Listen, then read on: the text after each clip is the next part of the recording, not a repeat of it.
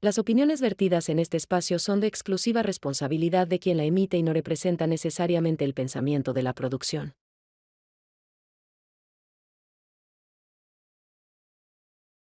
Que yo vi cómo esposaban a mi abuelito, cómo esposaban a mi papá y cómo se lo llevaban y a mí me llevaban a otro lado. La custodia se le otorga a mi abuela materna, que era la más competente para cuidarme, y en ese momento en el que le otorgan la custodia a mi abuela, a mí me trasladan a Casitas del Sur. Desde que entré ahí me aislaron de mi familia realmente. A mí me decían, por ejemplo, que no, pues que no querían ir a verme, que mi familia no tenía tiempo para ir a verme, que ya no les interesaba, que era lo mejor para mí porque pues así ya no me hacían más daño. Yo me hacía pipí en la cama. Me castigaban por hacerme el baño en la cama, me hacían dormir afuera, a la intemperie, así, sin ropa, sin cobija, sin nada. Había muchos niños mayores que maltrataban a los niños chiquitos. Él sí intentó, abusar de mí varias veces. Yo tenía entre 9 y 10 años cuando a mí me sacan en la noche. O sea, sí me dijeron, tienes que arreglar tus cosas, te tienes que ir de aquí. Y a las familias, igual que buscaban a sus hijos, les ofrecían dinero para que ya no nos buscaran.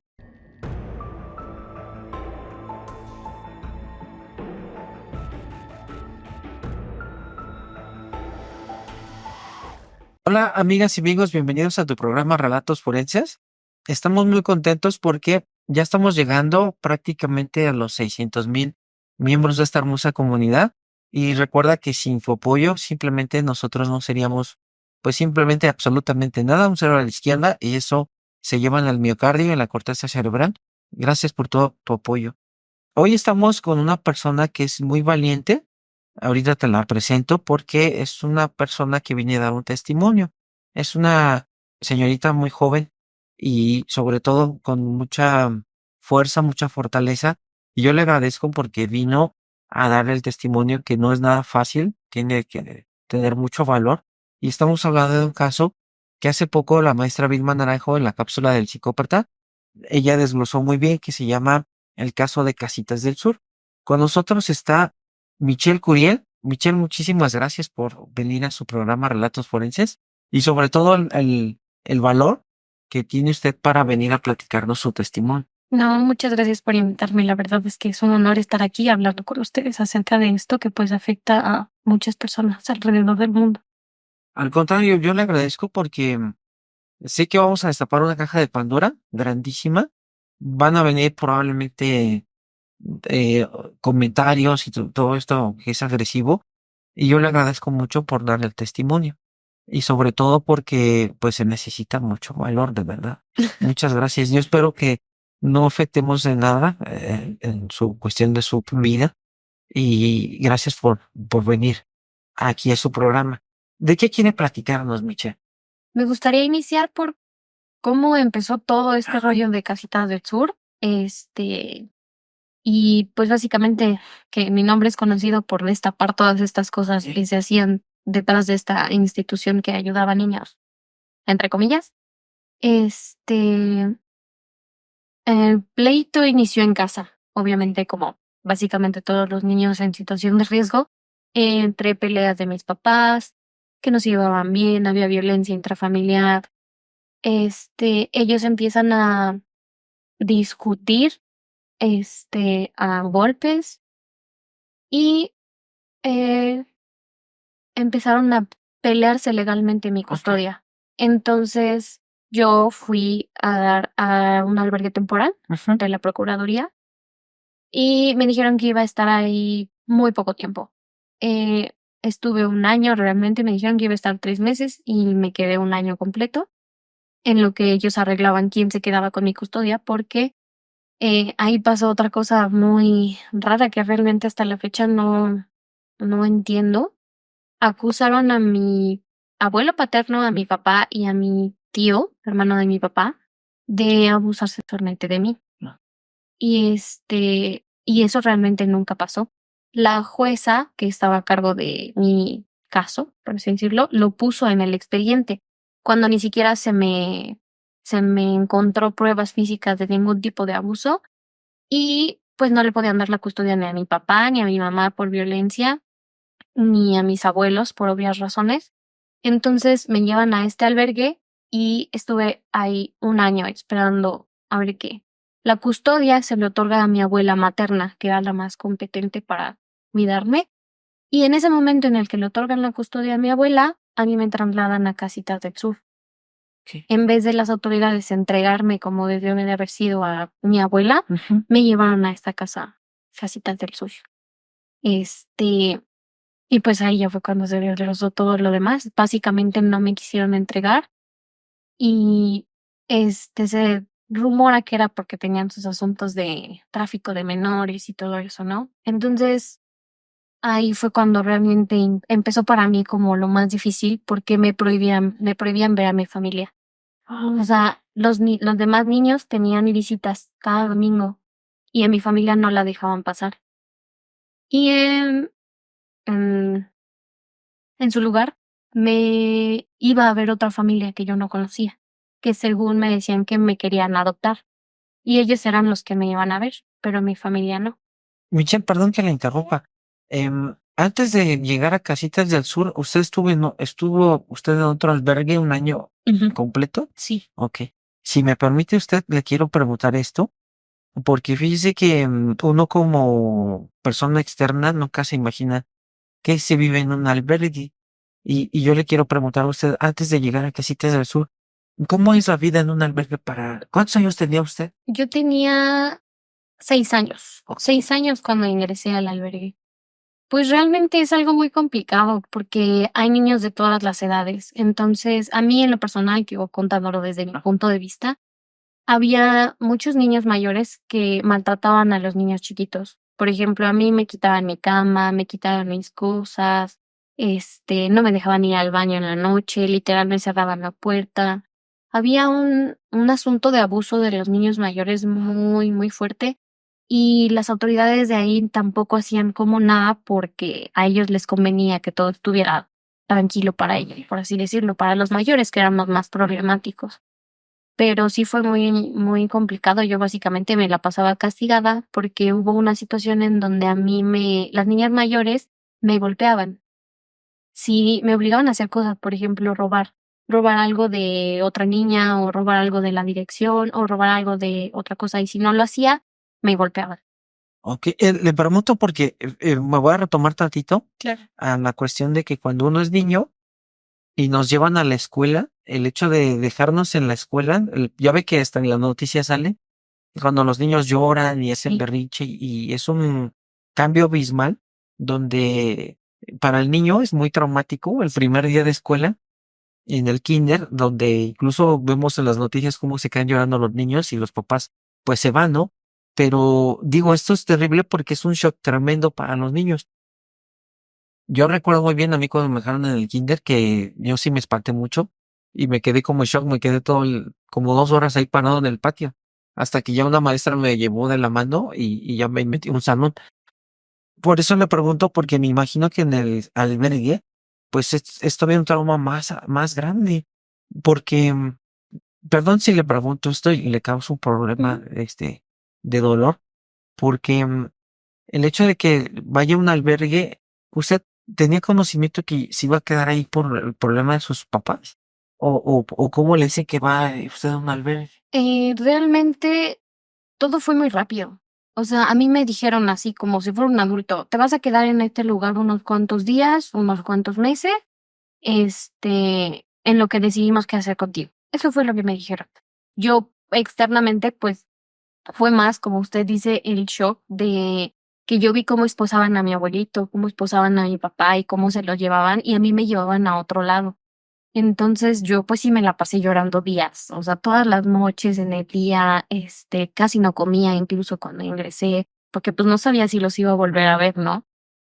Este, pero sí fue un trauma bastante fuerte para mí en ese aspecto. Ok, ahí fíjese que le quería preguntar esto, Michelle. ¿Cómo es que usted cuando es niña ahí en el albergue, 6 años, y se avienta todo un año, em, hay accidentes, hay enfermedades? ¿Cómo atienden estas personas encargadas de los albergues? ¿Hay médicos para atender a los niños o qué pasa ahí? Sí, sí hay médicos, la verdad es que tienen como, además de que los dividen por áreas Ajá. de niños recién nacidos, de maternal, niños de 6 a 10 años y ya de 10 en adelante, tienen un espacio de enfermería, por así decirlo. Ya si es un asunto mayor, sí llegué a ver a niños que los llevaban en ambulancia al hospital o así. A mí, por ejemplo, dentro de este albergue me dio hepatitis. Entonces nos aislaron como en un cuarto a todos los que teníamos hepatitis, nos daban medicina y ya cuando se nos quitaba nos regresaban otra vez a la demás población de los demás niños. Pero sí tenían su servicio aparte. Igual íbamos a una escuela afuera. No estaba la escuela dentro del albergue, sino afuera. Ah, ok, bien. Bueno, ahora usted llega a Casitas del Sur. Ujú. Allí en Casitas del Sur, ¿cómo fue este cambio? ¿Seguía en la misma escuela? Porque estuvo usted un año, entonces me imagino que cursó, ejemplo, Ujú. del primer año a segundo de primaria. Ahí, ¿cómo sigue usted sus estudios y cómo es que la empiezan a aislar para ya no ver a su familia? En Casitas del Sur era todo diferente. Ahí la escuela sí era interna. Y las mismas cuidadoras, que nos hacían llamar las mamás nos daban clase. Cada una de las mamás daba una materia en específico. Y se ocupaban los salones con sus sillitas y todo para darnos clase. Y pues sí, como dice, cursé segundo de primaria ahí, tercero. Y desde que entré ahí me aislaron de mi familia realmente. O sea, fue como a partir de que ingresé a Casitas de Tour, yo Ujú. ya no los volví a ver. Nunca. O sea, ya no. Hasta añísimos después. A mí me decían, por ejemplo, que no, pues que no querían ir a verme, Ok. que mi familia no tenía tiempo para ir a verme, que ya no les interesaba, que era lo mejor para mí porque pues así ya no me hacían más daño del que ya me habían hecho, que no me convenía verlos, que eran unas malas personas, ¿no? Y pues así. ¿Usted se da cuenta que solamente la aíslan a usted o a unos niños en particular? Había otros niños en particular, pero había otros niños, por ejemplo, que atravesaban situaciones un poco más fuertes, que realmente sí era comprensible que no los dejaran ver a su familia. Pero eran muy contados, eran si acaso tres familias los que no dejaban que nos vieran nuestra familia y los niños castigados, obviamente, porque a los niños que castigaban tampoco los dejaban ver Ok. a sus familias. Digo, yo sé que estaba muy pequeñita, pero ¿recuerda qué situaciones críticas tenían estos niños de estas familias que dice que son poquitas? Sí, conozco justamente unos hermanos que sus papás los golpeaban, eran drogadictos y no, no podían tener ningún tipo de contacto con ellos. Y siempre estaban afuera, o sea, siempre iban a tocar la puerta y se les decía que no podían pasar. Pero justo era ese caso de adicción, de que los abandonaban, los tenían en situaciones muy delicadas. Ok. Ahora, Michelle, le quería preguntar esto. Usted empieza a usar ahí su escuela, ¿cuánto tiempo estuvo usted en Casitas del Sur? Estuve 2 años, casi 3. Ok. ¿Qué es lo que usted observó en Casitas del Sur? Realmente para mí fue la etapa más complicada, más dura, porque pues igual me la pasaba castigada. Que pese a admitirlo, aprendí malas mañas del albergue, entonces yo ya robaba por mi cuenta, yo ya maltrataba a los niños más chiquitos, por ejemplo. Entonces me la pasaba castigada. Pero los castigos, la verdad, como mencionaban ustedes en el programa anterior, eran muy fuertes los castigos. O sea, yo recuerdo que me encerraban en un baño Ajá. y no me daban de comer en 3 días, por ejemplo. Me dormía en el piso de la regadera con una sola cobijita, o sea, y yo, obviamente por el trauma, ya después investigando, yo me hacía pipí en la cama. Y empezó justamente desde que ingresé al albergue, porque pues yo no hacía eso. Entonces me castigaban por hacerme el baño en la cama, me hacían dormir afuera, a la intemperie, así, sin ropa, sin cobija, sin nada. Y pusieron como un impacto muy fuerte. Yo casi no conviví con los otros niños por lo mismo, porque yo siempre estuve aislada, por así decirlo. Ok. Aquí, usted cuando estuvo en el albergue, em, aparte de los abusos de niños mayores, ¿veía abusos por parte de los cuidadores? Había, por ejemplo, la directora, Ajá. que sí era como muy estricta, pero como tal abusos no. En el albergue no veía abusos de las autoridades a los demás.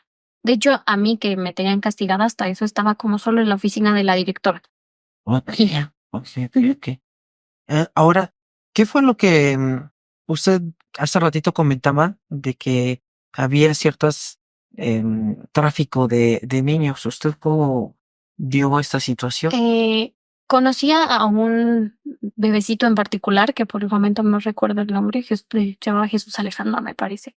Igual muy sonado, que se lo llevaron con una familia a África. Entonces, y pues nosotros nos decían que pues lo había adoptado la familia, que no había ningún problema, pero pues simplemente el bebé llegó, este, estuvo en Cuneros un tiempo y luego se lo llevó esta familia que iba ahí a Casitas del Sur. Entonces, se lo llevaron a África y fue lo que nos dijeron, se fue, lo adoptaron y así. Había otros niños que igual, o sea, de la nada se los llevaron con otras familias y pues obviamente está el tema de que a mí me decían que esta familia me quería adoptar, pero pues realmente si mi familia estaba o sea, para mí y estaba al pendiente fuera, como porque querían hacer esa adopción, ¿no? Realmente era como un poco ilegal. Ahora, yo le pregunto aquí, ya que usted ya está más grande, ¿Casitas del Sur era un albergue o sí era centro de adopción también? No era centro de adopción, O sea, era albergue nada era más. albergue nada más. Ok. Sí. Sí, porque yo digo, bueno, ¿qué tal si era centro de adopción? No, Pero no era centro de adopción, ok, solo era era un un albergue. albergue. Ujú. Ok. Ahora, ¿qué pasa ahí en Casitas del Sur con usted? Este, ¿Sale a qué edad usted? Yo tenía 10 años cuando empezaron los cateos en Casitas del Sur, cuando ya no encontraba niños. Entonces yo tenía entre 9 y 10 años cuando a mí me sacan en la noche. O sea, sí me dijeron, te tienes que arreglar tus cosas, te tienes que ir de aquí. Me sacaron a mí con otros 3 niños, ¿no? Que son los cuadrilla. Y otro chico que se llamaba David Rangel. Y nos sacan así en la noche y nos dicen se tienen que ir, nos subieron a un taxi y nos llevaron a un departamento, o sea, donde no conocíamos, con personas que no habíamos visto antes. Entonces, dentro de Casitas fue donde se dio estos cateos de estar buscando a los niños, pues que no encontraba a la familia, que por qué no se les había entregado a las personas que, por ejemplo, en mi caso era mi abuela materna, que ya le habían dado la custodia, pero en el último cateo yo ya no estaba. Ah, ok. Aquí, si usted me lo permite, voy a regresar unos días antes. Claro. ¿Usted supo porque, digo, sé que estaba muy pequeñita y perdóneme por hacer estas preguntas, pero es que estaba muy pequeñita, pero qué mejor que usted que nos conteste esto si es que no recuerda. ¿Usted sabe o después ya más grande supo por qué empezaron estos cateos? Y si usted notaba ya la presencia de policías o cómo eran los cateos. Ok, yo dentro de Casitas sí notaba los cateos. O sea, igualmente ingresaban policías a buscar niños. Normalmente había como cierta resistencia de parte de Casitas de que bloqueaban la puerta. A nosotros nos metían a un cuarto, por ejemplo, cuando habían los cateos, los primeros, nos metían a un cuarto y ahí nos encerraban, nos apagaban la luz y decían que no había nadie, por ejemplo. Y por fuera, ya cuando salí y regresé con mi familia, este, pues justamente empezó esto de estar buscando a los familiares. A mí, por ejemplo, mi familia hizo marchas, hizo de todo, ¿no? Para buscarme. Y obviamente se les dijo a las autoridades que me buscaran porque yo estaba ahí y a ellos no se les permitía.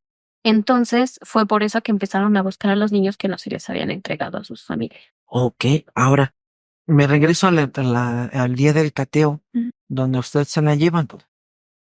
Llega usted a un departamento y ahí, ¿cuántas personas?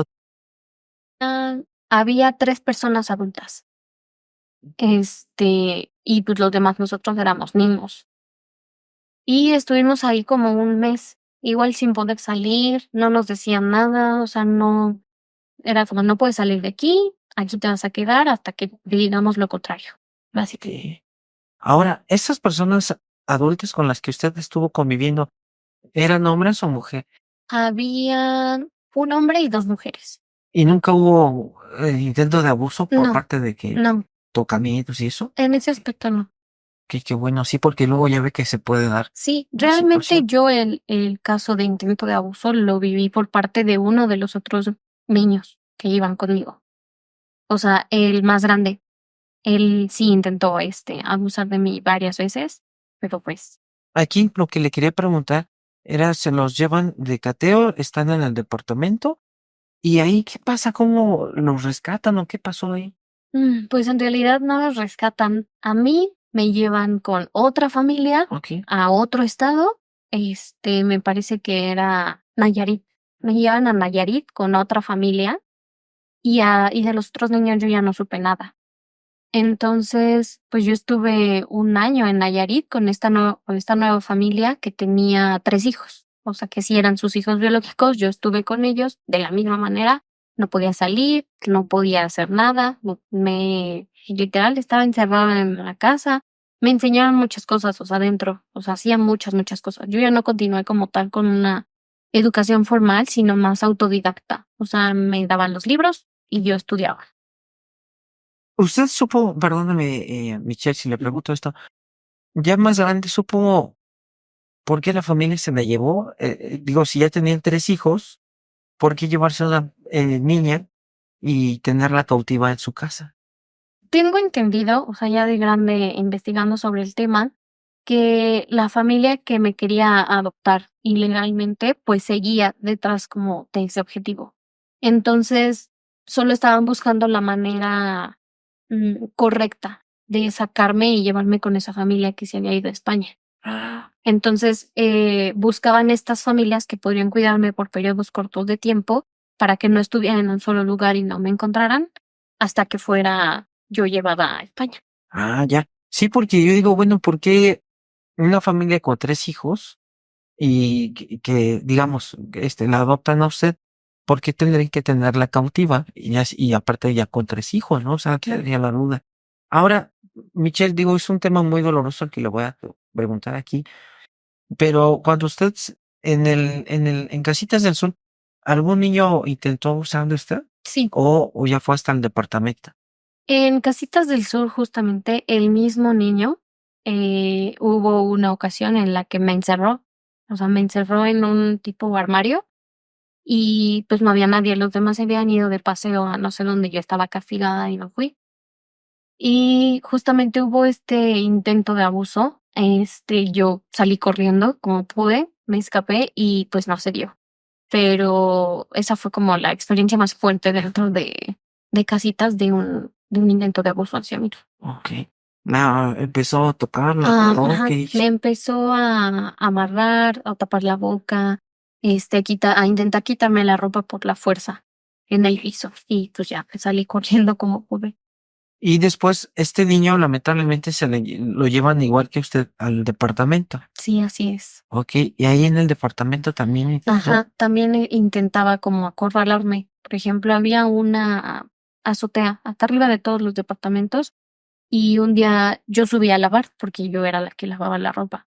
Entonces ahí él se subió y me acorraló contra la pared y me empezó a decir que lo tocara y que me dejara tocar, me empezó a bajar el pantalón y pues ya fue cuando lo empujé y le dije que pues que no y empecé a llorar y pues ya escucharon que estaba llorando y subieron a ver qué pasó, pero igual no se dio nada. Ok. Ahora, si usted cuando se va a la otra familia y está un año en Nayarit, ahí, ¿qué pasa? ¿Cómo es que logra dar con su familia o qué pasó ahí, Micha? Eh, pues estuve un tiempo con esa familia, nos fue un año, Ajá. le digo, y pues ahí no hubo como ningún tipo de violencia, ningún tipo de nada, realmente fue una interacción muy, muy, muy sana. Me daban clases de cocina, de repostería, de tejido, por ejemplo, aprendí muchas cosas con esa familia. Pero me llevaron con otra familia, después de eso a otro estado. Este, Estuve en Monterrey, por ejemplo, un tiempo. Siempre que viajábamos era de coche y de noche, y me tapaban los ojos. Entonces yo no sabía realmente a dónde iba, yo me daba como mis mañas para ver Sí. hacia dónde iba o qué letreros había. Y estuve en varios estados de la República, así mes tras mes, cambiando, pero ya con una sola familia, que fue otra nueva familia, que igual tenía 2 hijos. Y, de ahí, pues, obviamente tenía prohibido internet, teléfono, radio, todo contacto con, externo. A mí me cortaron el pelo, me lo pintaron de negro, me vestían de niño, o sea, cuando salía era como: "Tú eres un niño, tú eres un niño", me cambiaron el nombre. Me dijeron: "Tú ya no te llamas Michelle, tú ya no te llamas Michelle". Este, Me cambiaban el nombre así por periodos de tiempo y, por casualidad, un día, salieron a comprar despensa, no me acuerdo qué, y yo agarré la radio, sin, o sea, como de: "Yo quiero Sí. escuchar música", porque, pues, todo era cristiano, o sea, con estas familias todo era de: "No puedes escuchar música, del mundo", le decían, "y tienes que leer tu Biblia todos los días, y tienes que orar, y tienes que todo el tiempo". Entonces yo decía: "Yo quiero escuchar música Sí. normal". Entonces yo agarré el radio, puse música, y en eso estaba un programa que ahora identifico como el de Loret de Mola, Ajá. en donde Loret decía, justamente: "Se busca a la niña Ilse Michelle Curiel Martínez, que está desaparecida desde tal día, se ofrece una recompensa de tantos pesos", ¿no? Y, pues, a mí obviamente me sacó de onda Sí, porque eso ya usted era dijo, soy yo. sí, ya era todo eso de, no, que no me querían, o sea, ¿por qué me estás buscando? ¿Qué pasó? Entonces a mí me causó un shock y empecé como en un periodo de rebeldía con estas personas. O sea, ya no era yo la niña tranquila. De por sí, a mí me daban antidepresivos para mantenerme tranquila, no realmente que los necesitara porque nunca fui con un tratamiento psiquiátrico, pero a mí me daban antidepresivos. Entonces estaba relativamente tranquila. Entré en ese periodo de rebeldía y les empecé a decir: "Es que yo me quiero ir con mi familia, y es que yo me quiero ir con mi familia", y me decían: "No, hasta que tengas 18, hasta que tengas 18". Y yo les decía: "No, es que yo extraño a mi familia y mi familia me está buscando y yo me quiero ir de aquí", y empecé a hacer, o sea, todo lo contrario a lo que me decían. Entonces, dio la casualidad y escuché una conversación de ellos que decían que la policía estaba muy cerca de la ubicación en donde ellos estaban y, pues, obviamente ellos estaban en riesgo, y habían metido a muchas personas a la cárcel por secuestro. Y de un día para otro me dicen: "Okey, pues tu deseo se cumplió, o sea, agarra tus cosas y, pues, te vas a ir con tu familia". Entonces, pues, literal, preparé mi maleta, me acompañaron en un autobús porque, pues, estábamos en otro estado, hasta la Ciudad de México. Ujú. En la Ciudad de México, cerca del estado, a mí ya me dejan sola y me suben a un taxi. Me dicen: "Okey", le dicen al taxista: "Sí, va al DF Ecatepec". Y le pagaron el taxi y me dijeron: "Ahí ya te van a dejar y tú, pues, ya sabrás lo que haces". Literal, entonces me dejaron en el taxi, yo llegué al DIF de Ecatepec y, pues, yo no sabía qué hacer, o sea, yo no sabía ni cruzar una calle, o sea, me costó mucho trabajo cruzar la avenida de ahí del DIF Ecatepec para llegar, y yo así de: "¿Qué hago? O sea, ¿con quién hablo? ¿Qué les digo?". Entonces, llegué al DIF Ecatepec y, pues, literal me metí y dije: "Pues, estoy perdida, ¿no?".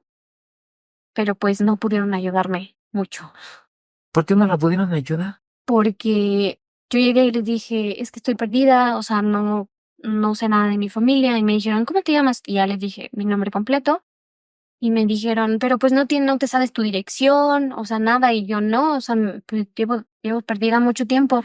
Me dijeron: "Es que no podemos ayudarte si no tienes un teléfono o una dirección. Lo siento, no podemos ayudar".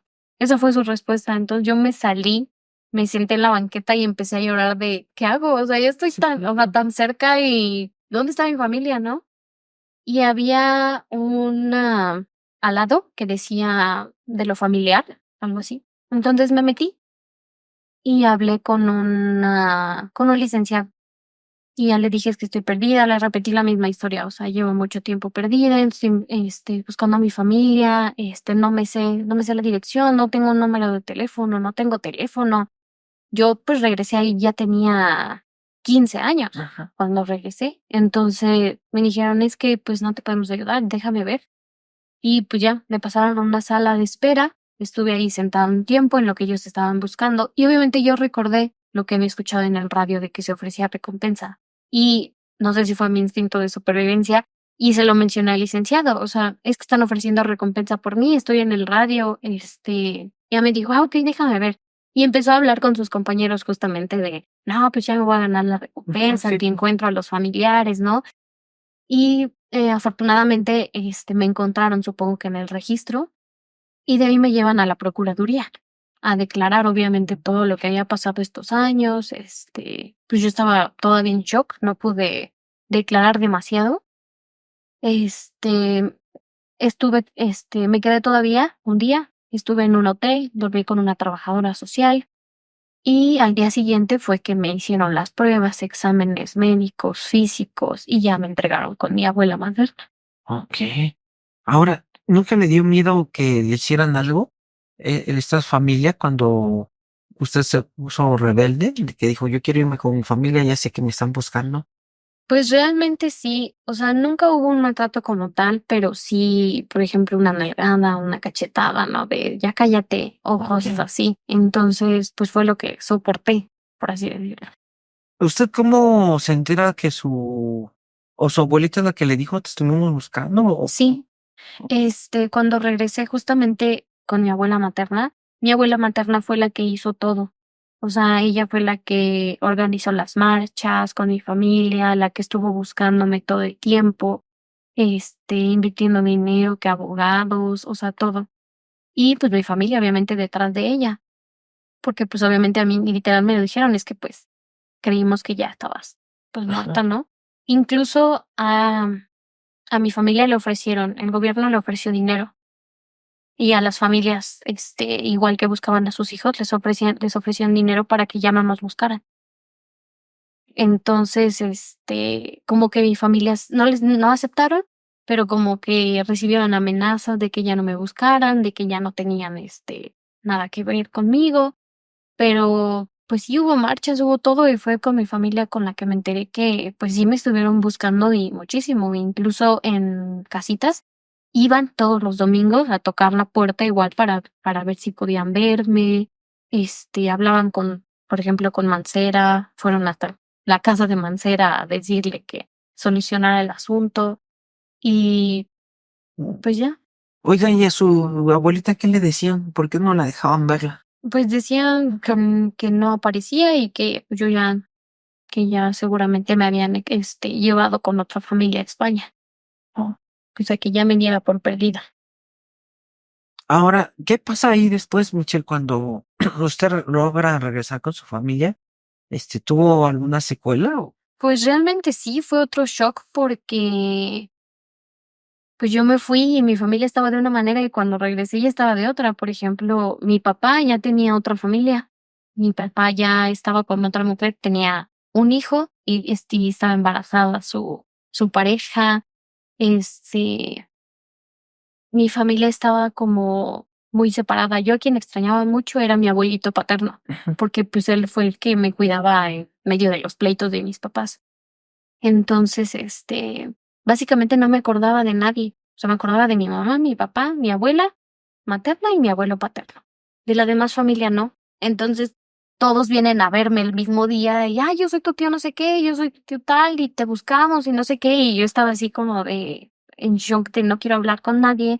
Y luego también los medios de comunicación de es que queremos entrevistar y dice, y es que queremos entrevista y es que pues yo me cerré y dije, yo no quiero nada, o sea, yo no quiero hablar del tema, no quiero saber nada. Me ofrecieron, mi familia terapia, pero yo no quería. Este, Entré como en crisis porque como estaba tomando antidepresivos y de un momento a otro dejé de tomarlos, empecé con actitudes agresivas, de que de repente me sentía como en diferentes cambios de humor, Ujú. todas estas secuelas de dejar un antidepresivo Sí. de un momento a otro y yo no sabía ni qué estaba pasando, ¿no? Y mi familia ahí atrás presionándome de, es que, ¿qué te pasó? Y es que cuéntanos, y yo no quería hablar de nada. Entonces ese fue como el shock de, pero es que no quiere hablar de nada y es que no sabemos qué le pasó y eso básicamente. Ok. ¿Usted supo qué le pasó a los niños que prácticamente ya no encontraron su familia? Sí, ya no los buscaron después y sí aparecieron. ¿Ya no usted no tuvo contacto? Hubo unas familias que sí aceptaron, por ejemplo, el dinero del gobierno y detuvieron su búsqueda de los niños, Y yo de los otros niños lo que supe y lo que sé hasta ahora, por ejemplo, tengo contacto con alguno, Ajá. de que algunos los regresaban con su familia y pues obviamente como no eran condiciones aptas, pues ellos se terminaron saliendo. Algunos obviamente son casos también fuertes de que pues están en drogadicción o unos son, por ejemplo, se relacionan con la droga, unos tienen muchos hijos, por ejemplo, y son familias violentas, y otros que pues obviamente siguieron adelante y que pues estudiaron una carrera, que tienen sus estudios y demás. Ok. Michelle, ¿usted se acuerda qué edad tenía este niño cuando la intentó agredir? Sí, él tenía 16 años. De hecho, estaba dentro del grupo de los niños grandes, porque nos dividían por edades. Había dentro de casitas 2 casas. Una casa que era de los niños Ajá. y una casa que era de las niñas. A mí, por lo general, los castigos que me ponían eran en la casa de los niños. Entonces era como un poco más vulnerable en este aspecto, Pues sí. porque estaban pues los niños de todas las edades y donde estaba el baño donde me castigaban daba justo al pasillo que daba en el cuarto de los niños grandes. Entonces él tenía 16 años.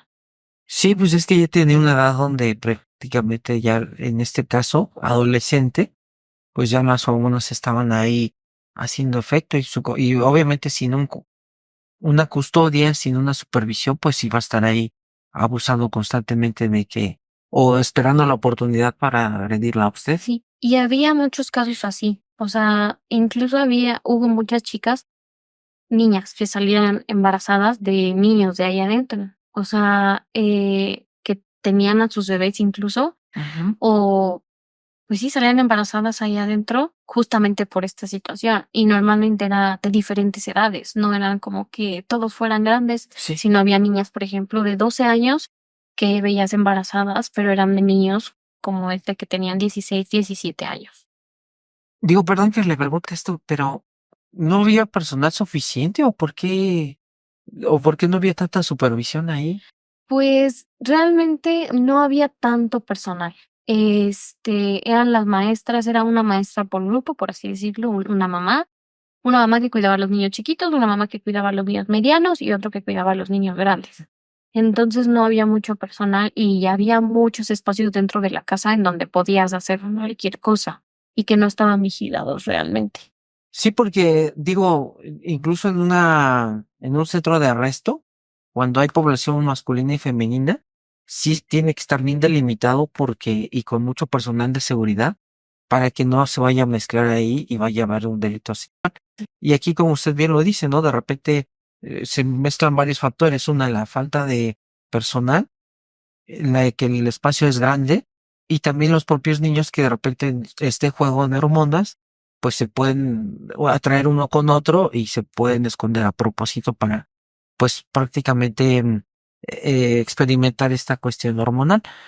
Ahora, yo le quería preguntar, Michelle, eh, ¿cómo alguna vez se intentaron escapar algunos niños de este lugar? Sí, de hecho, yo intenté escaparme varias veces.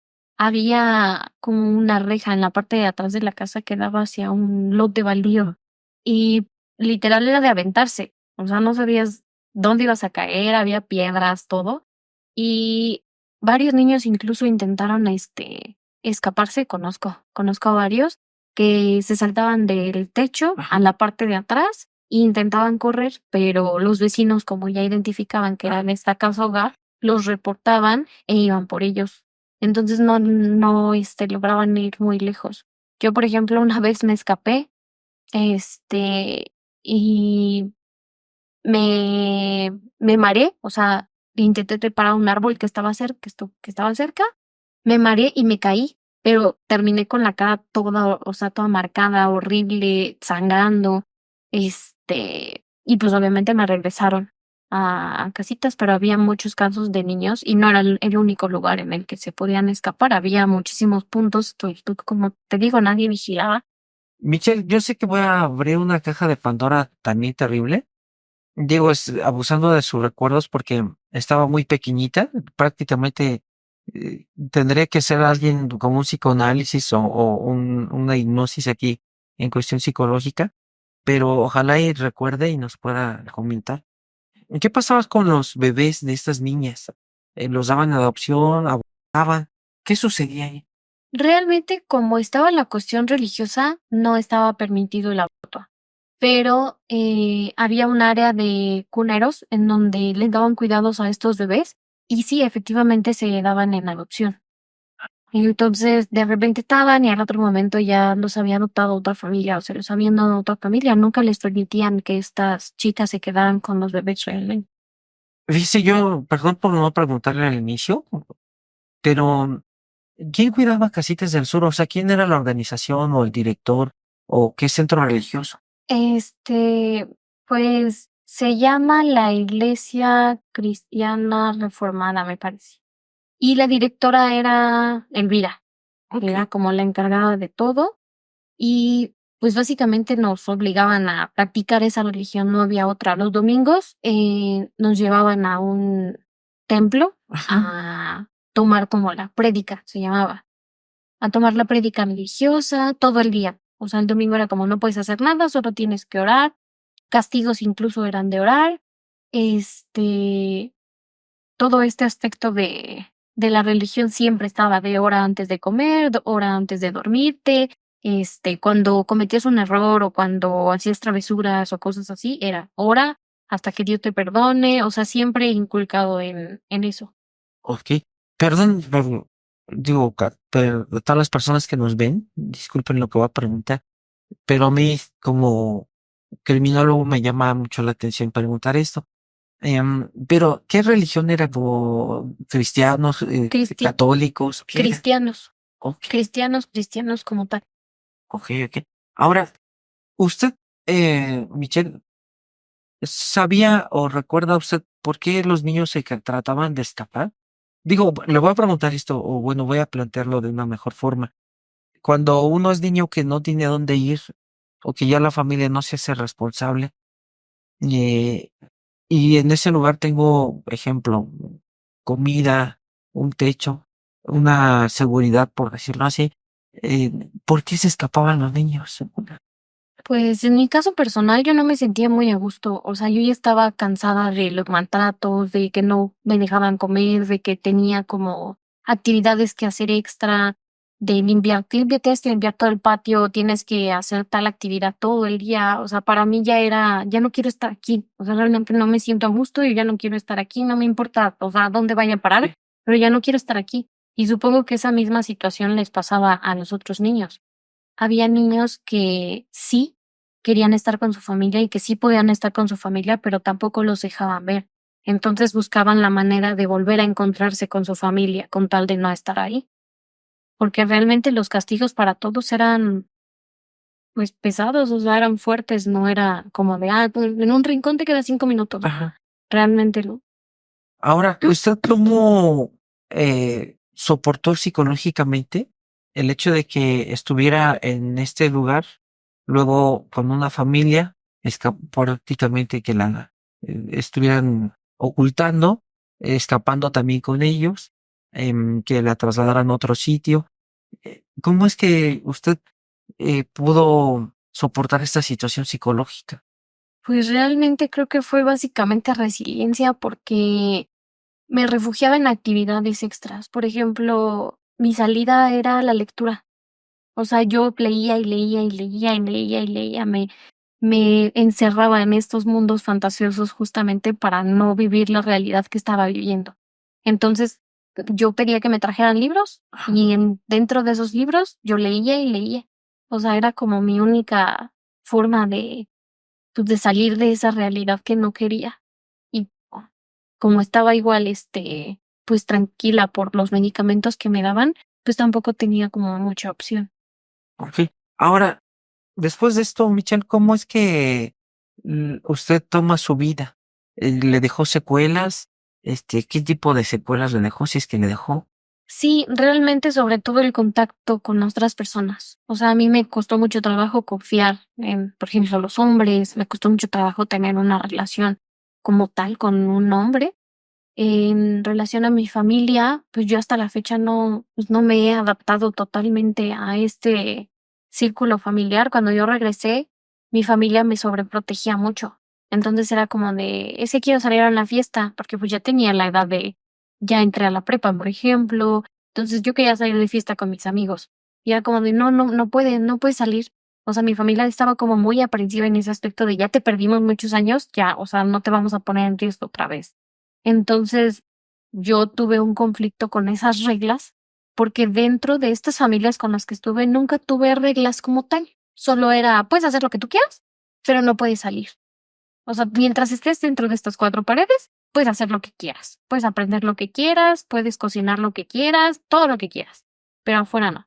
Entonces, cuando regreso a mi familia, es como de, es que no puedes hacer esto y no puedes hacer esto y no puedes salir y tienes que regresar a tal hora. Entonces, para mí fue un conflicto de ¿por qué tantas reglas? O sea, yo no estaba acostumbrada a las reglas y es un conflicto que me causó muchos problemas con mi familia, el hecho de que pues, yo me independicé a los 18. Ah, O sea, yo a los 18 dije, yo no quiero saber nada de reglas, quiero hacer lo que yo quiera y ya.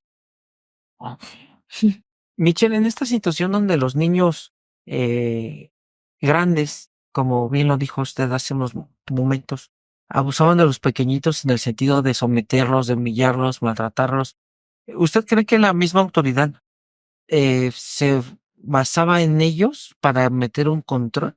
¿O sea, estaba a favor de que estos grandes abusaran de los pequeñitos? De hecho, creo que sí, porque no había un control como tal. Entonces, los encargados de los niños chiquitos eran los grandes, pero los grandes utilizaban pues chantaje de vas a hacer lo que yo quiera, golpes incluso, porque sí llegué a ver que los niños grandes golpeaban a los niños chiquitos como para que les obedecieran. Entonces, siempre había como el control de estos niños grandes sobre nosotros que éramos los niños chiquitos. No había como tal una responsabilidad de, es que tienen que cuidarlos bien y tienen que tratarlos bien y hablarles bien. Siempre era como por las malas. Ah, ok. Estos grandes, estamos hablando de edades de 15, 16, 17 años, sobre 18. niños de 6 años. Ujú. Sí. Incluso menores, porque había, como te digo, el área de maternal y primeros, que también los grandes se hacían responsables de este tipo de bebés. Entonces había veces en los que sí llegué a ver que golpeaban a los bebés, por ejemplo, de que no se callaban o que les tapaban la boca, de ya cállate o que les gritaban porque obviamente estaban desesperados de que no se callaran. Y siempre había como este abuso de los niños grandes a los niños pequeños en general. ¿Y ahí las maestras no hacían nada? O sea, las mamás o como les llamaban. Realmente no. Creo que ellas estaban más como maestras. O sea, solo las veíamos como en horario de clase, les daban a cada quien sus responsabilidades y cada quien se hacía cargo de, pues, de lo que tenía que hacer. En este caso, por ejemplo, un grupo de niños grandes cuidaban a los medianos.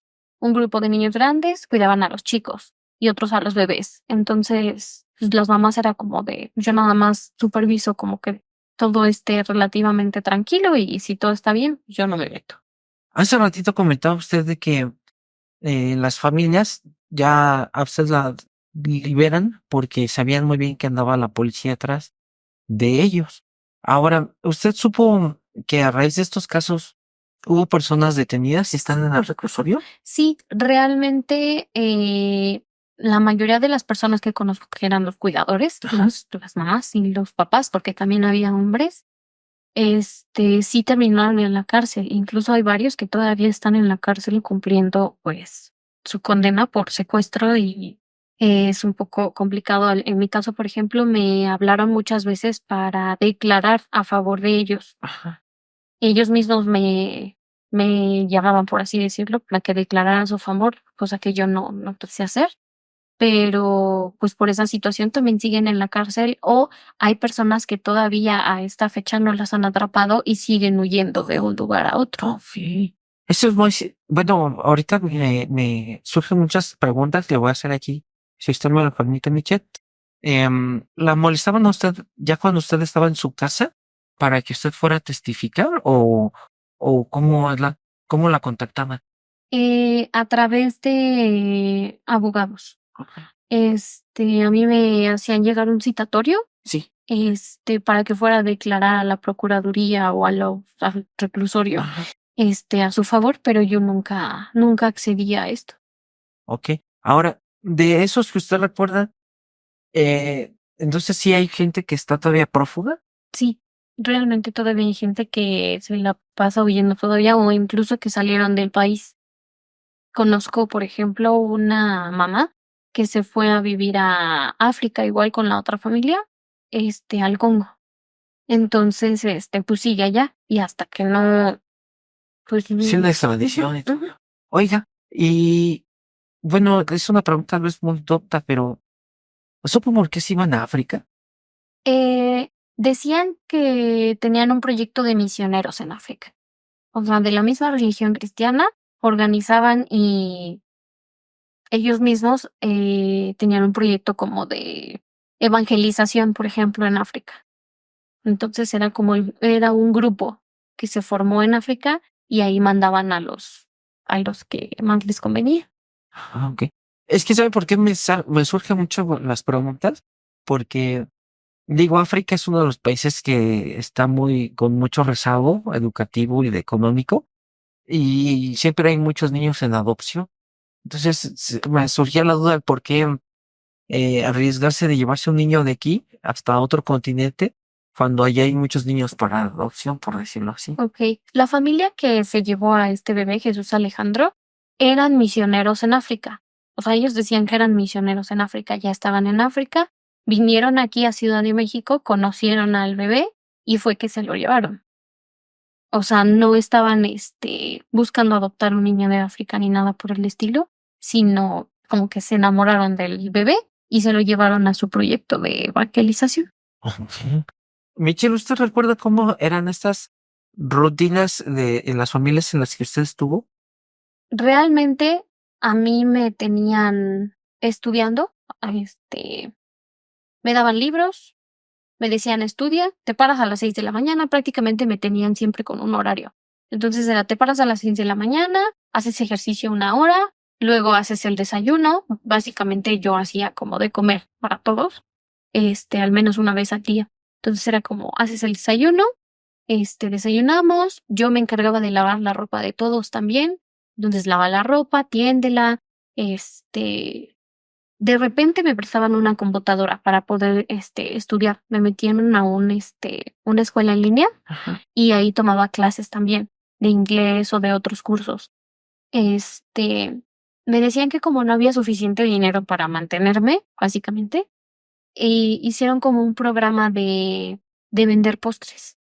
Entonces, pues toda la tarde nos poníamos a hacer postres, nos poníamos a hacer país de queso, flan, todo. Y yo estaba dentro de esta producción, pero como yo no podía salir, ellos salían a venderlo. Pero pues ya a mí nunca me daban dinero. Obviamente solo era para cubrir los gastos pues de esta casa como tal. Este, cuando, lo difícil fue cuando yo regresé, porque yo no tenía estudios físicos. Sí. O sea, yo no tenía un certificado de primaria, ni de secundaria, ni de nada. Entonces, cuando yo regresé con mi familia, eh, con unos contactos familiares fue que cursé como 3 meses de primaria y me dieron mi certificado. Ok. Como tal, las bases de la escuela sí las tenía. Me costaba mucho estudiar. Eso también me distraía mucho pues, de la realidad. También dentro de esta familia llegó un chico que tenía como 22 años, que estaba obviamente más grande que yo, que igual como que intentaba algo conmigo, Ujú. no un abuso sexual, sino como una relación, Sí. pero yo no quería.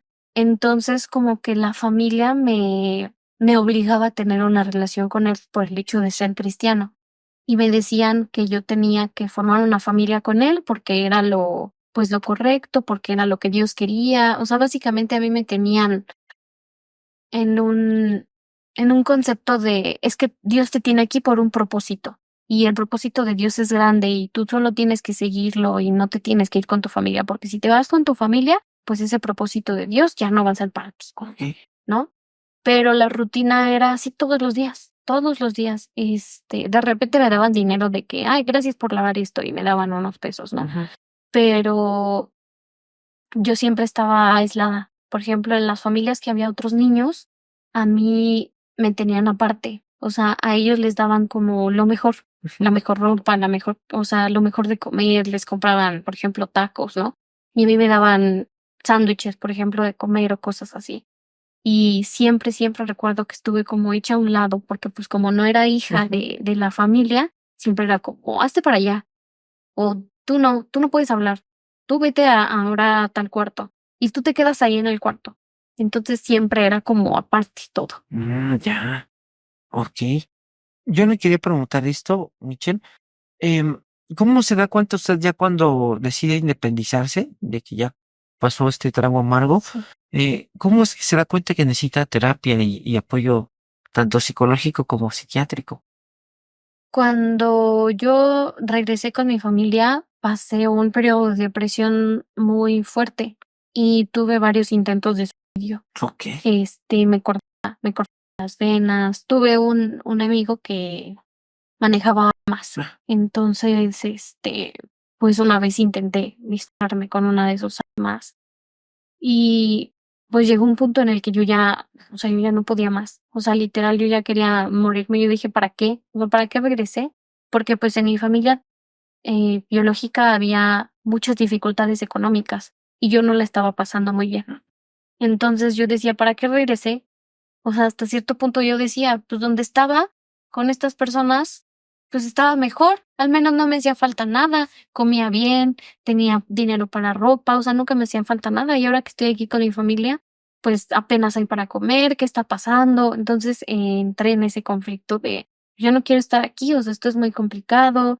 Me llegaban obviamente como flashbacks de todo lo que había pasado y eso hacía que me dieran como crisis de depresión más fuertes. ok.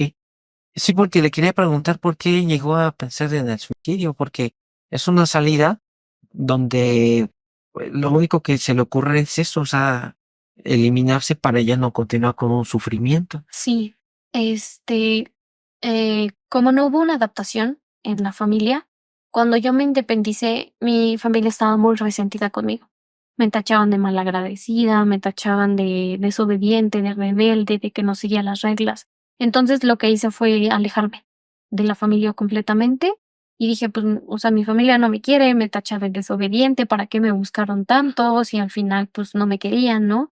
Este, Mi abuelito, que era, pues, el que me cuidó, se fue a Yucatán, o sea, básicamente como que era yo no puedo con ella, Ujú. ya me voy yo a Yucatán a ver qué hacen. Entonces, pues, yo me sentía muy aislada, me sentía muy sola en este periodo porque, pues, obviamente esa conexión con mi familia nunca se dio, y fue cuando empezaron mis intentos de Ok. suicidio. Nos, digo, perdón si le invado mucho. ¿Recuerda cómo fueron estos intentos con cortes, sustancias? Hubo varias ocasiones en las que sí fueron con cortes en las muñecas, y abuso de sustancias. Me volví un tiempo, eh, probé muchas drogas. O sea, hubo en mi época de adolescencia en donde sí probé como muchas drogas y tuve una sobredosis de tachas, por así decirlo. O sea, y fue como la peor, pero yo decía ya, o sea, me siento muy feliz y así quiero quedarme y si me quedo aquí, pues está bien. O sea, como que no me di la cantidad. Y muchas veces, dentro de este programa psiquiátrico al que yo, entré, decía, pues yo voy a tomar todo el frasco de Sí. antidepresivos y ya, o sea, yo ya no quiero seguir viviendo prácticamente. Igual la situación con el alma de mi amigo, que pues afortunadamente yo no supe, pues, pero pues si hubiera disparado, pues otra historia hubiera sido, ¿no? Ok. ¿Usted cuando consumió estas tachas, ya estaba usted ya en su casa con su familia? Ya, Ok. ya me había independizado. Ok. ¿Y cómo es que empezó a consumirla? Me rodeé de un círculo social de amigos que las consumían recreativamente Ok. En los y en bailes y todo esto. fiestas, Ok. ajá. Entonces, pues ahí tuve ese acceso a ellas. Ok. Ahora, actualmente ya se encuentra el motor, ya está tomando usted entonces la terapia. Sí, me costó mucho trabajo porque cuando yo estaba en Casitas del Sur, Ajá. los psicólogos, y ese es otro tema, sensible, que olvidé mencionar antes, pues igual, o sea, como que intentaban tocarme. O sea, las terapias eran así en un cuarto cerrado. Entonces, los psicólogos siempre intentaban tocarme o hacían comentarios fuera de lugar. No había como tal una terapia. Y yo pues me quedé con eso. Entonces, cuando me dijeron, ¿quieres ir al psicólogo? Yo decía, no. O sea, yo no quiero tener nada que ver con psicólogos. Y me costó mucho trabajo ese aspecto. Actualmente estoy tomando terapia psicológica Ujú. y psiquiátrica también. Estoy tomando, pues obviamente ahorita antidepresivos y demás. Ok. Recuerdo, ¿qué les decían los psicólogos cuando la quería tocar? Pues me decían que necesitaban ver que yo estuviera bien físicamente, que cómo me sentía, o sea, me ponían a dibujar, por ejemplo, y mientras me tocaban la pierna, por ejemplo, o sea, mientras yo estaba dibujando así, me empezaban a tocar la pierna o a meter la mano o cosas así. Ok. Eso es una situación terrible porque finalmente, pues, ahí ya había hasta incluso una situación de abuso sexual. Sí, Michelle, yo le quería preguntar esto. em, ¿Qué es lo que motivó a Michelle a prácticamente alejarse ya de la situación de consumir sustancias, de estar en la rebeldía de los intentos suicidas? ¿Qué es lo que hizo que pues, usted moviera a 180 grados? pues justamente como sentía que no pertenecía a ningún lugar, ni a mi familia, ni a ningún lugar, eh, empecé a cultivar en mi mente esa idea de ser mamá. Entonces, considero que ser mamá me dio como esa era como mi manera de decir, si yo tengo un hijo, esa va a ser mi familia. O sea, iba a ser como una persona con la cual va a ser todo incondicional y yo voy a poder contar con él o ella para siempre. O sea, fue mi manera de arraigarme a la vida, porque conocí obviamente a mi pareja y empezamos a planear todo esto de tener un bebé y a mí me ilusionaba mucho esa idea porque era sentir que pertenecía a una familia como tal y ya no estar luchando por pertenecer a otra que tal vez nunca iba a haber una adaptación como tal. Entonces decidí tener a mi bebé, y desde ese momento, o sea, cada decisión que tomo es justamente por él. O sea, y si quiero que él esté bien, pues obviamente tengo que estar primero bien yo. Entonces, Sí. pues así se acompañó todo este proceso de terapias y terapias y terapias, y pues ya llevo bastantes años en terapia y pues todo por el bienestar de mi hijo, justamente, porque pues yo lo vi reflejado en mí. Cuando me enteré que estaba embarazada, yo estaba mal psicológicamente. Entonces, yo dije, yo no quiero que se repita la historia de mis papás. O sea, porque si yo sigo con estos conflictos de depresión y de demás, pues al final yo no voy a ser capaz de cuidar a mi hijo. Entonces, eso fue lo que me motivó pues a salir adelante, en no repetir la historia de mis papás. Porque, pues al final, si una mamá no es capaz de cuidar a su propio hijo, pues se repite esta historia. Mi hijo hubiera terminado en un albergue, cuidado por otras personas, por ejemplo, y hubiera pasado todas estas cosas que pues ahora estoy mencionando. Ok. Ahora, Michelle, yo le quiero preguntar, esta situación tan complicada y tan compleja, em, ¿qué usted recomendaría digo, yo sé que actualmente ya nos están observando autoridades, que ya de alguna autoridad gubernamental? ¿Qué recomendaría usted de los albergues? ¿Qué se necesita para tener un mejor cuidado, que no entre de nuevo una corrupción, que no vendan niños? ¿Qué se necesita de acuerdo a lo que usted vivió en estos albergues? Pues yo considero que mucho más personal. O sea, son demasiados niños para muy pocos cuidadores. Realmente el control se sale de las manos. Si hubiera gente más capacitada, tanto psicológicamente, para cuidar a esos niños, porque pues han pasado por situaciones muy complicadas, se necesita una atención especial para cada uno de ellos, no tratarlos como si fuera una guardería, sino son traumas que cada niño tiene individualmente y que se tienen que tratar individualmente. Igual, pues, contratar terapia psicológica que sí sea efectiva para los niños, porque pues al final están creciendo en un ambiente que no es su familia, con traumas familiares que necesitan, pues al final a los 18 años simplemente los dejan y pues ahí se incorporan al mundo como pueden, sin ayuda psicológica, sin ayuda de familiares, sin ayuda de nadie. Y eso es lo complicado realmente. Ok. Fíjense que sí, casi nosotros no conocemos nada de los albergues. Pensamos incluso que ni existen, ¿no? o que tal vez es uno o dos y hay unos 5 o 6 niños. Pero lo que usted nos está platicando, pues es una situación muy complicada porque son entonces bastante niños y niñas que están allá adentro. Sí, pues imagínate, si eran 150, 200 niños 150 niños. para 5 o 6 cuidadores. O sea, realmente no había un control. Y pues hay muchos niños que, como le digo, hay situaciones que hay una niña que tenía hidrocefalia, por ejemplo, que necesita atenciones diferentes, ¿no? O niños que tienen cierto retraso mental incluso, o otros déficits, que obviamente necesitan atención Sí, claro. psicológica especializada, no solo dejarlos que crezcan como puedan. Ahorita que usted comenta esto para todas las amigas y amigos, la hidrocefalia es una alteración neurológica para que nos demos a entender, donde incrementa la presión intracraneal por un problema justamente de un drenaje que drena el líquido cefalorraquídeo y muchas veces se necesita algo que se llama una válvula de derivación, que es colocar una pequeña valvulita en los ventrículos del cerebro y va justamente a drenar al estómago. Entonces, si no se corrige esta hidrocefalia, prácticamente el cerebro se está aplastando porque hay una obstrucción no pasa adecuadamente el líquido cefalorraquídeo. Y es quirúrgico, o sea, realmente es quirúrgico, son dolores de cabeza terribles. ¿Y qué situación tan complicada nos está diciendo, Michelle, de este tipo de enfermedades? Recuerda, ya para ir terminando, Sí. ¿algún otro tipo de enfermedades ahí, aparte de la hidrocefalia? Había niños con retraso mental como tal, o sea, de distintos niveles. Había niños que literal sí tenían un retraso mental muy, muy, muy fuerte y otros que no eran tanto.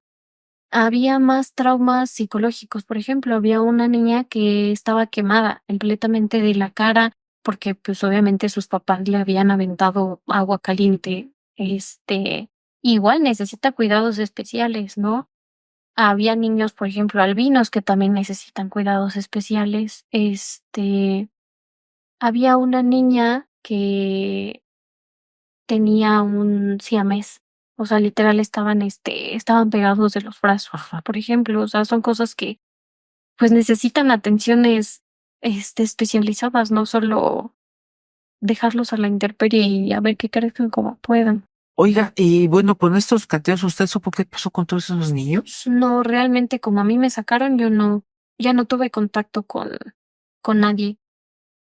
Ok, esto es terrible porque sí, hay que decirle a las autoridades que pongan más atención en los albergues, por favor, porque pues no se puede tener esta situación de estas niñas y estos niños con estas patologías y sin tratamiento. O sea, literal, esto de que nos dice usted de la niña pobrecita de las quemaduras con el agua hirviendo, Sí, es terrible, ya me lo dijo y sí, me enoja uno mucho, mucho porque hay papás que son drogadictos o muy violentos y castigan a las niñas y a los niños.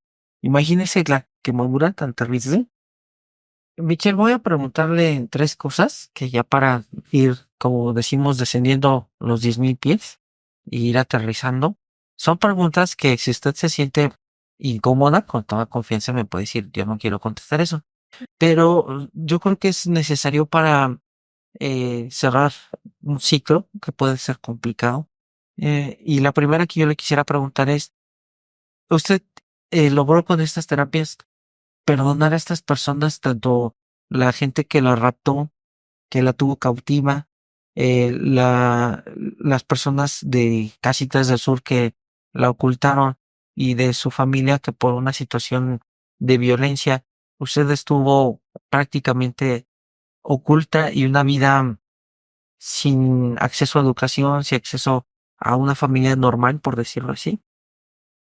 ay, complicada pregunta. Sí, es una pregunta complicada, perdón. Sí, pues creo que en terapia he tratado, por ejemplo, lo del síndrome de Estocolmo, Ok. porque hubo un tiempo en el que la verdad yo idolatraba a estas personas. Y era, no, pues es que ellos hicieron lo mejor que pudieron porque mi familia no me hubiera cuidado, justamente por estas ideas que me metían, ¿no? De, pues aquí estás mejor, aquí aprendes Sí. todo, aquí tienes todo. Y me costó un poco menos de trabajo perdonarlas. O sea, realmente fue como, pues hicieron lo que hicieron, pero pues aquí estoy y estoy bien. Ah. Este, pero sí fue un poco complicado porque fue, pues sí, pero al mismo tiempo yo no estuve con mi familia. Al Sí. final, si ellos no me hubieran raptado, por así decirlo, yo no estuviera teniendo dificultades ahorita para adaptarme a mi familia, ¿no? Pero por otro lado, ¿qué hubiera pasado si hubiera crecido en este ambiente de violencia dentro de mi mismo núcleo familiar? Entonces, eso es algo con lo que hasta la fecha sigo batallando en terapia, el hecho de perdonar a mis papás, porque yo como mamá no no me veo capaz de dañar a mi hijo de tal manera en un ambiente tan tóxico. O sea, yo no lo pondría en una situación de violencia de esa manera. Entonces, a mí no me cabe en la cabeza cómo mis papás pudieron llegar tan lejos Ajá. teniendo a una niña tan chiquita y tan vulnerable que necesitaba tanto de sus papás y que se dedicaron tanto a ellos mismos que no pudieron centrarse en lo que realmente era importante. Entonces es algo con lo que sigo cargando hasta la fecha el hecho de, okey, ellos hicieron lo mejor que pudieron con lo que tuvieron, pero pues aún así afectaron una vida. Dice que le voy a robar 2 minutos. Hace aproximadamente 10 años, cuando yo ya era bueno, ya empezaba como perito, médico forense, una de las funciones de los médicos forenses es también hacer algo que se llama certificación de estado psicofísico. Y recuerdo muy bien que, acababa yo de terminar un procedimiento de autopsia y el director en aquel entonces, ya hoy jubilado, ya no está como director, me habla y me dice: "¿Sabes qué? A ver, ¿quién de los médicos ya terminó?". Y entonces supieron que yo había terminado el procedimiento, todavía me faltaba transcribir el dictamen, ¿no? Los hallazgos y todo esto, pero, me dice: "¿Ya terminaste?". Le digo: "Sí". Dice: "¿Sabes qué? Viene en camino una persona que es de una institución de gobierno y te van a llevar a un juzgado". Y yo me espanté, le dije: "Bueno, pero ¿por qué me van a llevar a un juzgado, no?". Y me dice: "Porque necesitan que tú hagas una certificación de un estado psicofísico". ¿Qué es esto? Revisar si la persona tiene lesiones o no, y si es apta o no apta para dar un consentimiento, o también incluso para, a veces, en algunas situaciones de detención, si son menores de edad, el médico legista puede determinar, aproximadamente una edad. Entonces me dice: "¿Sabes qué? Necesito que vayas a hacer un certificado psicofísico y que sea apta o no la persona para, ver si está bien o no". Le digo: "Sí, está bien". Y a los 5 minutos llegó una camioneta, me subieron, me dijeron: "Venimos por el doctor Jorge". "No, pues sí, soy yo". "Súbase, vámonos". Llego al juzgado y, ¿qué cree? Algo que nunca me imaginé en mi vida que me iba a pasar.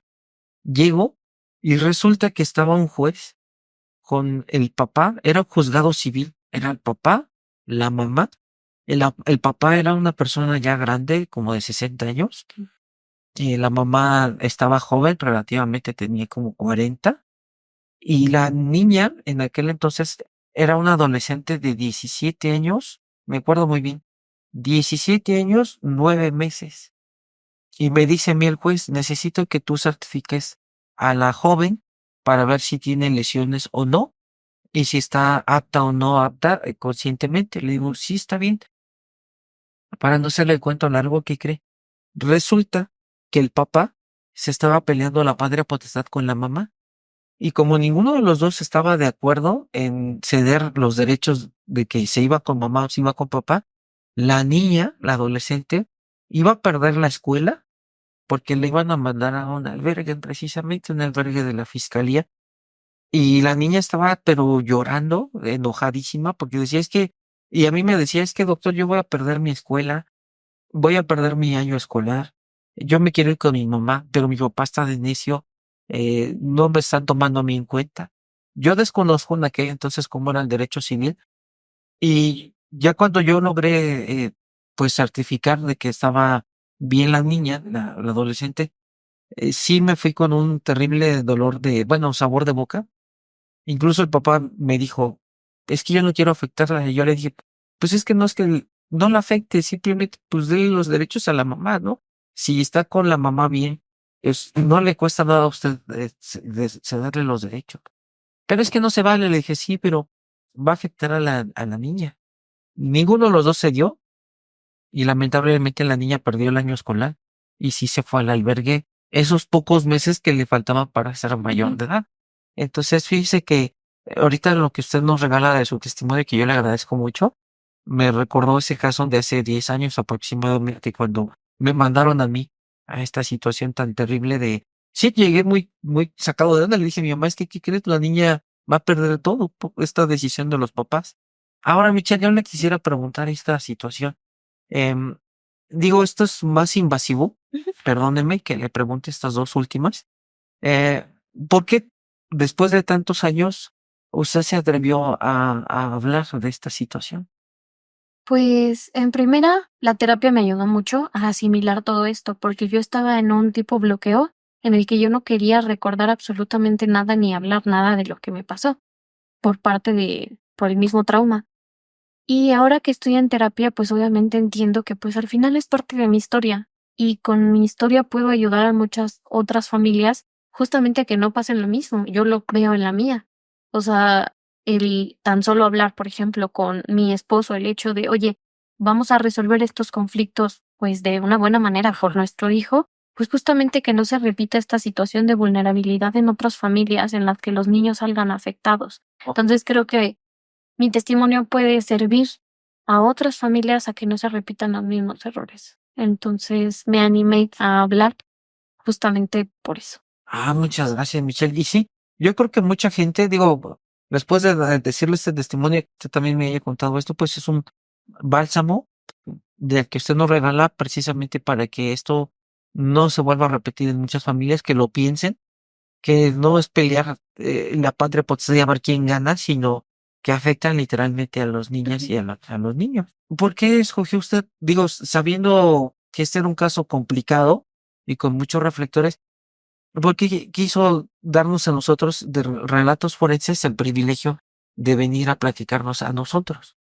Pues realmente me gusta mucho, o sea, el trabajo que hacen en los podcasts que tienen y los llevo siguiendo mucho tiempo. O sea, realmente me gusta cómo preguntas las cosas, cómo indagas en el tema, con mucho respeto, o sea, respetando los límites de cada persona que ha presentado su testimonio en este programa. Y pues se me hizo como el momento adecuado cuando ustedes hablaron de Casita del Sur, fue como la última señal que necesitaba para hablar del tema, porque sinceramente no soy de acercarme mucho a los medios justamente porque no quiero que sean como más, ¿cómo se dice? Agresivos al preguntarme o Ok. cosas así. Entonces, justo usted, de la forma en la que pregunta, me gusta mucho.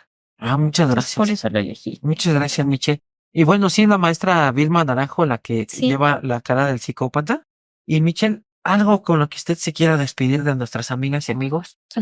Pues, por último, mencionar que no solo es cuestión de las familias, sino también del gobierno. O sea, creo que también muchas de estas situaciones de vulnerabilidad hacia los niños podrían evitarse con iniciativas del gobierno, hacia la protección de los derechos del niño sobre todo, ¿Qué? porque si al final los jueces deciden qué es lo mejor para la mamá o el papá, pues al final se está dejando los derechos de los niños a un lado, ¿no? Como en este caso, a mí bien me pudieron entregar a mi abuela materna y cumplir con todos mis derechos, pero al final el gobierno no quiso entrometerse más y creo que es parte también del gobierno el estar presente, sobre todo en la vida de los niños, que son la población más vulnerable. Sí, sí. Michelle, pues yo le agradezco muchísimo su tiempo, su espacio, el tiempo que viene hasta acá. Nada más con, pues obviamente viene usted interrumpiendo todas sus actividades. Y yo le agradezco mucho porque para uno como servidor, igual a nombre de todo el equipo, yo le agradezco mucho su tiempo, el espacio y sobre todo pues esta gran resiliencia que nos platicó usted y el valor que tuvo para platicarnos su testimonio. Muchas gracias, Michelle. Muchas gracias a ustedes por invitarme. Al contrario. Amigas y amigos, te agradezco mucho tu tiempo. Recuerda, y esto es un mensaje que nos dio Michelle, muy importante. Si tienes bebés, si tienes niñas, niños, y te llevas muy mal con tu pareja, el papá, la mamá de tu niño, como dicen ahí, de tu Bendy, pues piénsalo dos veces. Recuerda que entre los pleitos te puedes llevar a las niñas o a los niños. Si eres adicto, piénsalo dos veces. Ya nos platicó Michelle el caso de una niña, pues que lamentablemente y terriblemente la quemaron de su carita. Son quemaduras que no dejan nada placentero a una persona ya de adulto. Quedan con secuelas, cicatrices. complejos.